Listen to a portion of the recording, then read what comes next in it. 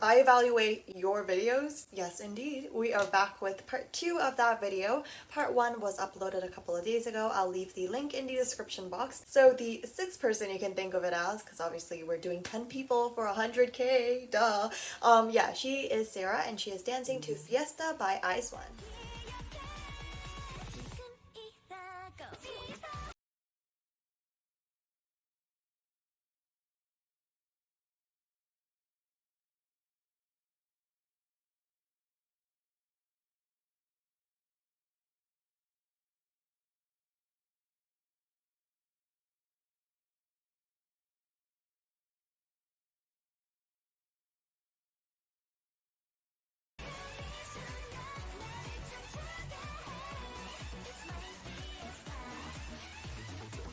Okay, first thing, maybe this is just for me, but I love how she's very centered on the screen. It's very satisfying. And her strength is definitely that she is very fluid with her moves, and it kind of matches perfectly with the song. But we'll get into that a little bit later on in the evaluation.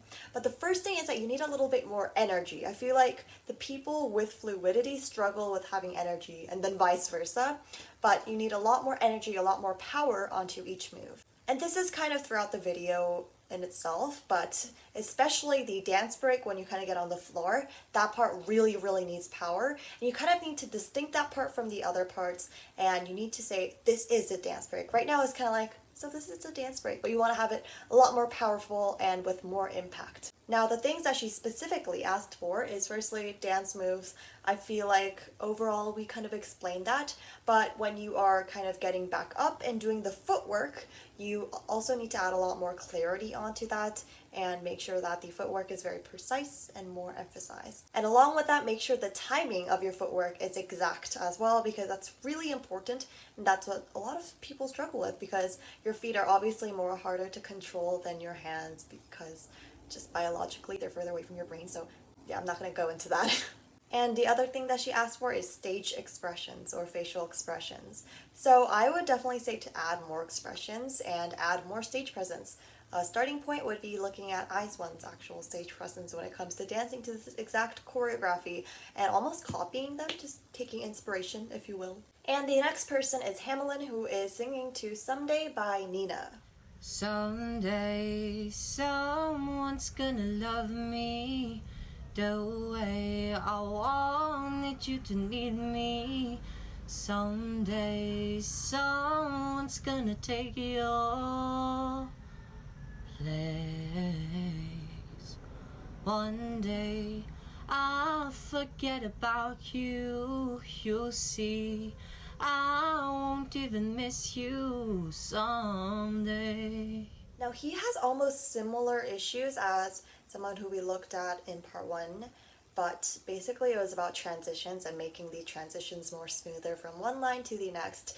Same thing applies here. You need to have a little bit more of a smoother transition. I feel like the only difference for this person, Hamelin, has a lot more smoothness when it comes to overall vocal tone. So that is a little bit better, but still the transitions could be worked on, and I wouldn't say to hold the note for longer in any way. Just make sure that you're thinking of the transitions and making them less choppy. And now let's talk about the song choice, which we haven't really talked about. I feel like for every chorus member, I always have to talk about their song choices and if it actually suits their vocal colors well, if they're actually showing the best vocal techniques with the certain song that they went for and all of that. But for this song specifically, I feel like it's really, really repetitive for a lot of the lines. And because of that, you're not really showing your full potential. You're not showing all the techniques that you can use, because the melody line is a little bit repetitive and the only interesting part would be the last part. I would definitely take these 30 seconds more to your advantage and choose a song that's a lot more diverse in terms of the techniques that you can use and more diverse in terms of maybe the expressions that you can use, which we will get into a bit later. Okay, and now let's look at the thing that he specifically asked for, which is just my singing style and probably expression.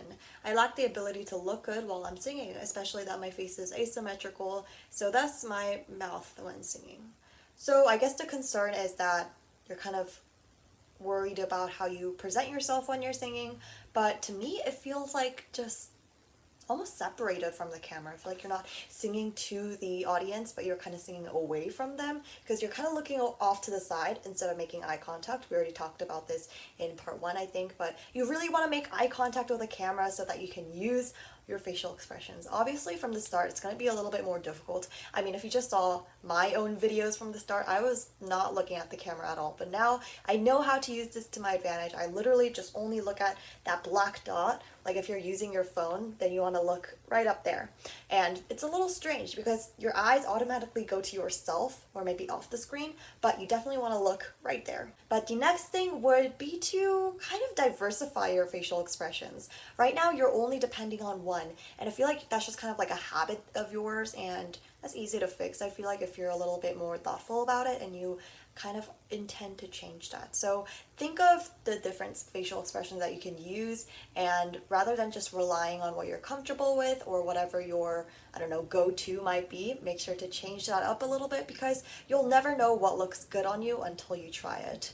And I'm not talking about clothes, I'm talking about the expressions because I feel like wearing expressions, using expressions, kind of the same thing. And I kind of relate with this too because sometimes my head can be tilted one way or the other, and I feel like that's just a habit of mine. But I've taken to kind of change that up as well. So I always make sure that I'm aligned with the camera screen itself and not like that all the time. So make sure to just, kind of tilt back to whatever is straight. And it might not be comfortable because you're just kind of used to doing that all the time, which is the case for me as well. But you want to make a mental note of that. Okay, so moving on to the next person who is Leah is dancing to Smartphone by Yena.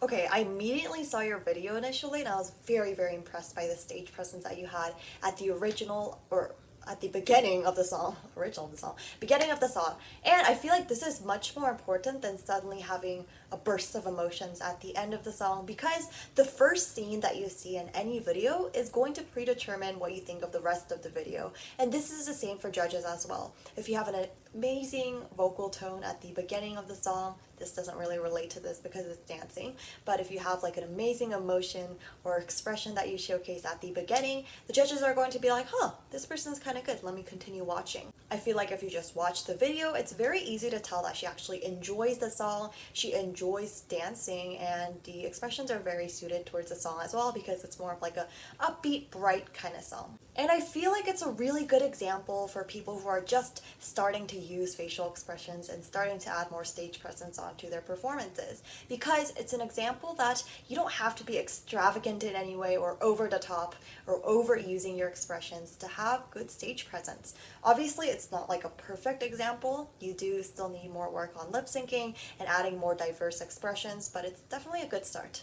Now actually going on to the dancing portion of it, I feel like your arm movements are very clear and really nicely done, but you need more work on your hip movements as well as your leg movements. Both power levels, you could say, need to match one another, and right now your arm power is a lot more than your leg. So make sure to match that up and add more power and more directness, more clarity onto your leg movements. I feel like clarity is one thing I mention all of the time when I'm talking about dancing. So really, really work on that for anyone who's doing dancing.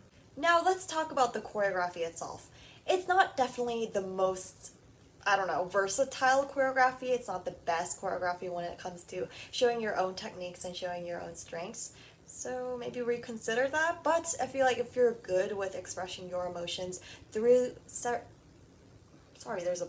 through certain expressions, then go for it. It's totally your choice. Okay, and what she asked for specifically was stage presence slash expressions. I feel like I talked about that enough. There's not much to add on to. Okay, and then the next person is Mita, who is dancing to Fearless by Le Sserafim.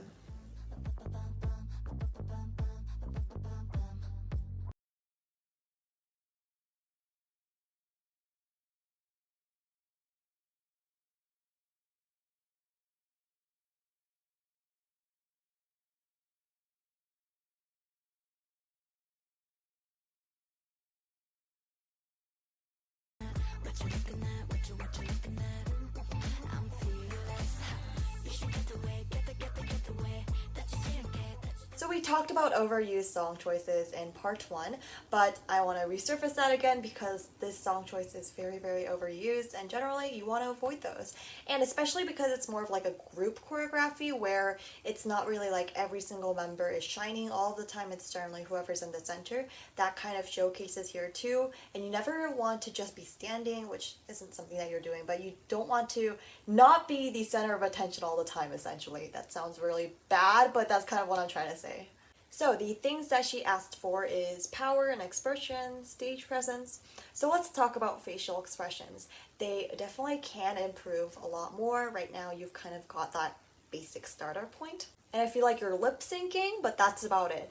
Really use your expressions to your advantage. Like, look at the original choreography and look at the way that Le Sserafim dances to it, the way they add their expressions, because I feel like they're a good example. They have really strong expressions.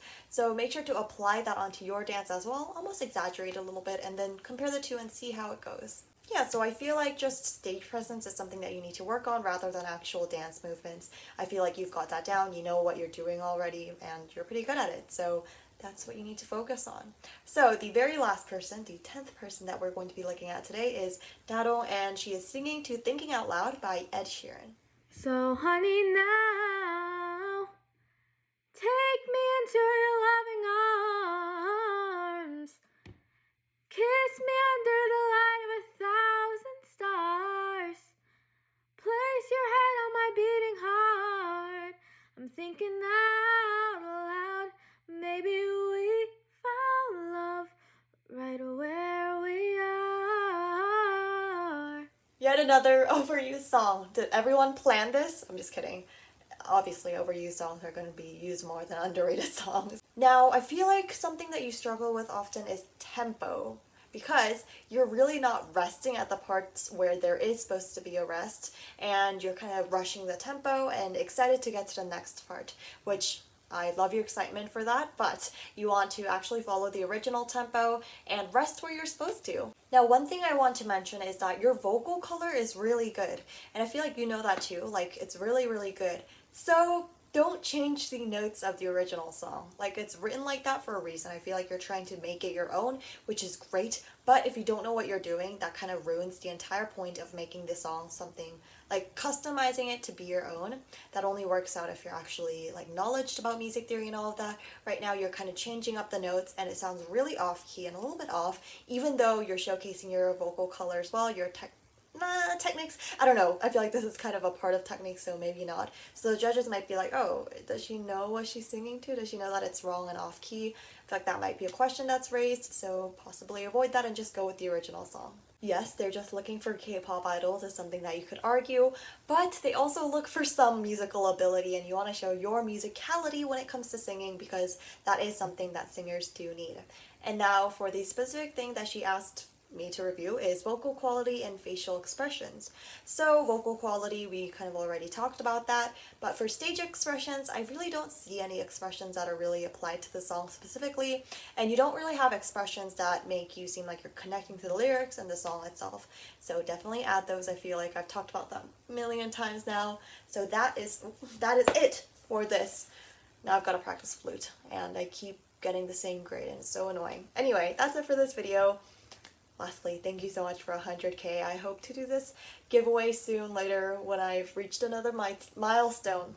I can't talk. Okay, and I'll see you guys in the next one. Bye!